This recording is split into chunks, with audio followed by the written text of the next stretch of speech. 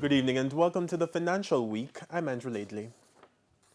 President of the Jamaica Manufacturers and Exporters Association, Richard Pandowi, says the impact of COVID-19 on manufacturers hasn't been as bad as expected.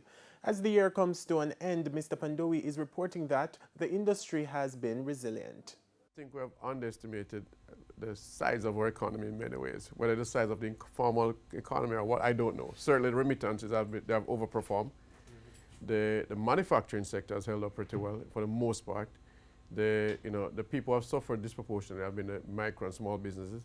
But on a whole, manufacturing has held up. I mean, the numbers we are seeing is that, only 3% of employees within the sector would have been affected adversely by the pandemic, which is incredible.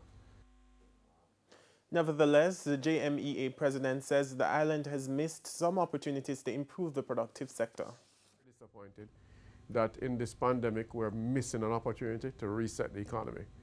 We have not done, in the 9 months since the pandemic, we have not made any change that I could say has been a game changer in just how we're going to deal with the productive sector, whether manufacturing, the agricultural sector. What have we done? We've done nothing. We've done farmers market to get to the surplus, etc. But we have not made any fundamental shift to say going forward is going to make us better and stronger. So that's been a disappointment. To currency trading now, it ended today with the US dollar selling for $144.45. The Canadian is being sold for $112.46.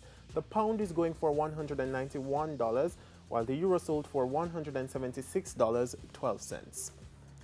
The JSE index gained 1,446 points today, and the junior market index is up 9 points. Among the winners were Siboney Group, Stationery and Office Supplies, ISP Finance Services, Trans-Jamaican Highway, and Key Insurance.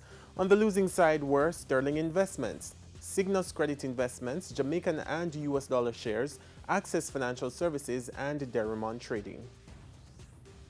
And that's the Financial Week. I'm Andrew Laidley. Good evening.